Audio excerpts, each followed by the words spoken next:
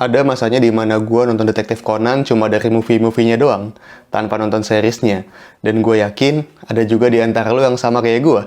Dan kalau lo termasuk orang yang cuma nonton Conan dari movie-nya doang, sekarang adalah saat yang tepat untuk balik ke bioskop.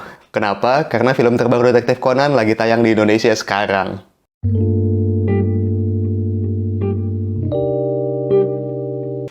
Hai, balik lagi bersama gue David di Kita Bukan Wibu. Di video kali ini kita akan membahas film ke-25 dari Detektif Conan, yaitu Detektif Conan The Movie The Bride of Halloween, atau Halloween no Hanayome. Sebelum kita mulai, gue mau disclaimer sedikit. Jadi sebenarnya gue sempat melewatkan dua film Detektif Conan yang tayang sebelumnya, yaitu yang Zero the Enforcer dan The Scarlet Ballad. Kenapa? Karena gue merasa bahwa dua film tersebut tuh fokus utamanya ada di karakter yang muncul belakangan, yang mana gue nggak update-update banget kan ya, jadi gue takut nggak ngerti-ngerti banget aja sama karakter dan ceritanya. Dimana yang di Zero Enforcer itu fokusnya di Furuyare, aka Zero, dan di Scarlet Ballad fokus utamanya ada di keluarganya Akai gitu. Kalau Shuichi Akai sebenarnya gue cukup familiar, tapi ada beberapa family member yang gue nggak terlalu kenal gitu, jadi gue takut nggak ngerti aja. Nah, di film terbaru ini fokus utamanya kayaknya ada di tokoh Takagi dan Miwako, yang mana mereka udah muncul dari awal cerita, yang gue cukup kenal lah, familiar gitu. Jadi gue cukup pede untuk nonton, dan setelah nonton pun gue rasa keputusan ini tepat, karena ya filmnya memang bisa dinikmati oleh gue atau oleh lu yang nggak update-update banget sama cerita Conan. Nah, tapi gimana sih pendapat gue secara keseluruhan tentang film ini? Mari kita bahas sekarang, let's go! Sebelum kita masuk ke reviewnya, seperti biasa gue akan kasih tahu dulu cerita singkat dari filmnya, supaya lo dapat gambaran tentang cerita film ini. Latar cerita Detektif Conan The Bride of Halloween adalah Tokyo menjelang perayaan Halloween. Conan dan kawan-kawan mengikuti sebuah simulasi pengawalan terhadap perayaan pernikahan seorang pensiunan polisi senior. Detektif polisi Takagi dan Miwako menjadi pengantin dalam simulasi pernikahan ini. Saat simulasi berlangsung, Takagi terluka karena melindungi Miwako. Hanya luka ringan, tapi Miwako melihat bayangan malaikat maut, seperti yang dilihatnya menjelang kematian mantan pacarnya Matsuda Junpei. Di saat yang bersamaan, Furuyare atau Amane Toru, seorang agen khusus dari Badan Keamanan Publik, berhadapan dengan teroris yang merencanakan pengeboman berantai. Si teroris memasang bom di leher Furuyare dan membuatnya tak bisa berkutik. Gawatnya lagi, teroris dengan julukan Palmia ini membawa bayangan malaikat maut yang ditakutkan oleh Miwako. Pengeboman pertama kemudian terjadi di depan mata Conan dan kawan-kawan. Conan pun harus berhadapan dengan teroris tersebut sambil bekerja sama dengan Furuyare dan para detektif kepolisian metropolitan Tokyo. Sebelum nonton, gue sempat mengira bahwa film ini akan berfokus pada hubungan Takagi dan Miwako. Bahkan ada satu momen di mana gue sempat ngira bahwa di film ini mereka akan nikah beneran. Tapi ternyata enggak, porsi mereka besar tapi nggak sedominan yang gue bayangkan. Nah, tapi menurut gue ini justru bagus karena gue pengen melihat hubungan mereka berkembang signifikannya di series yang jelas-jelas canon. Bukan di movie yang gue nggak tahu ini canon atau enggak gitu. Selain Takagi dan Miwako, karakter yang punya peran besar di film ini adalah Furuyare, aka Toru Amane, aka Bourbon, aka Zero, atau aka Mas-Mas pelayan di Poirot. Doi beneran ngambil porsi yang cukup besar dan menarik perhatian gue banget sih. Karena gue terakhir kali baca Conan tuh sekitar volume 70-an atau 80-an, dimana baru ketahuan kalau dia ini adalah anggota organisasi hitam dengan kode nama Bourbon sebenarnya.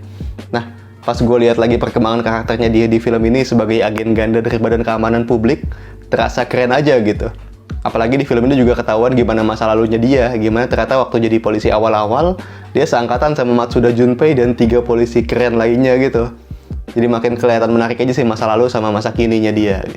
Gue jadi makin penasaran aja sih sama karakter yang satu ini. Terus kabar baiknya, di akhir bulan ini di Netflix akan ada anime spin-off khusus bahas dia gitu. Kebetulan yang menyenangkan ya. Jadi mungkin nanti gue akan coba nonton juga. Kalau dari segi alur, sebenarnya gue nggak punya kesan yang gimana-gimana sih terhadap filmnya selain seru gitu. Seru seperti film-film detektif Conan yang lainnya gitu. Gue suka banget gimana ketegangan dibangun di sepanjang film ini. Mulai dari adegan pengeboman pertama itu udah berasa banget sih tegangnya. Apalagi di situ Kogoro Mori termasuk jadi salah satu korbannya. Pas dia kecelakaan gara-gara bom itu langsung berasa gawat dan tegang gitu. Nah, di satu sisi nih, kecelakaan itu bikin ceritanya jadi tegang, bikin jadi berasa genting gitu. Tapi di sisi lain nih, ketidakhadiran dia di penyelidikan tuh bikin gue merasa bersyukur sih sebenarnya. Kenapa? Karena gue merasa di beberapa film sebelumnya tuh kehadiran dia tuh cuma jadi sesuatu yang annoying doang sih, ganggu doang. Makanya pas dia nggak ada tuh berasa lebih tegang dan berasa lebih serius, dan gue justru nikmatin banget sih hal itu. Nah, terus sejak adegan awal yang menegangkan tadi sampai belakang itu ada banyak banget deh pokoknya adegan-adegan yang seru, yang intens, dan wah keren banget pokoknya. Tapi gue nggak mau ceritain ke lo detail-detail adegannya apa supaya gak spoiler dan supaya lo bisa nikmatin sendiri aja ceritanya nanti. Terus kerennya lagi nih, adegan-adegan yang seru itu nanti akan ditutup dengan plot twist yang keren. Dan seperti film-film Conan yang lainnya, endingnya bakalan ada sesuatu yang heboh yang sebenarnya cukup berlebihan, tapi ya justru ini kan yang bikin film Conan seru gitu. Hal minor yang gue sadari dari film ini adalah adanya pola yang berulang dari film-film sebelumnya. Polanya kayak gini nih, kayak misalnya pas awal, Profesor Agatha akan menunjukkan satu penemuan baru yang belum sempurna. Tapi nanti di satu titik cerita, penemuan ini akan berperan penting dalam perjuangannya Conan gitu sih. Kayak pas awal-awal adegan ini ditis gitu, kayak kita kayaknya udah bisa nebak nih, kayaknya nanti bakal kepake deh gitu. Tapi alatnya apa dan perannya kayak apa, lo temukan sendiri aja nanti di filmnya. Meski polanya berulang, gue masih merasa ini oke-oke aja sih, kayak nggak ngurangi keseruan dari ceritanya juga. Oke, terakhir, gue sebagai orang yang udah nggak nonton film Conan di 2 film terakhir merasa senang banget bisa kembali. Gue terpuaskan banget dengan adanya film ini. Dan gue rasa film ini bisa ditonton oleh gue atau oleh lo yang nggak update-update banget sih dengan cerita Conan. Tapi mungkin ada PR sedikit nih. Kalau lo tahu ceritanya Furuya Rei, mungkin lo bisa lebih nikmatin filmnya dengan lebih maksimal sih. Tapi kalau nggak pun ya nggak apa-apa sih. Tapi secara keseluruhan gue sebenarnya nggak merasa film ini istimewa banget sih. Karena kita udah tahu kali ya kalau Conan tuh filmnya ya udah biasa seru, dan keseruan-keseruan kayak gini tuh yang udah biasa kita dapetin karena udah film ke-25 cuy, dan keseruan kayak gini ya udah cukup bikin kita senang, udah bikin kita senang banget malah.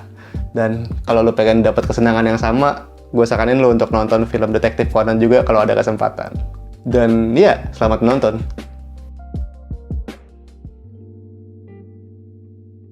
Oke, sampai sini aja pembahasan dari film ke-25 Detektif Conan, The Bride of Halloween. Thank you buat lo yang udah nonton. Jangan lupa kalau lo suka dengan videonya, lo bisa like. Kalau nggak suka, di dislike juga tidak apa-apa. Tapi kalau lo pengen dukung channel ini, lo bisa share, subscribe, atau komen apapun yang sifatnya memberi kritik, saran, dan suka-suka lo lah ya. Sekali lagi thank you, kita ketemu lagi di video selanjutnya. Salam Wibu.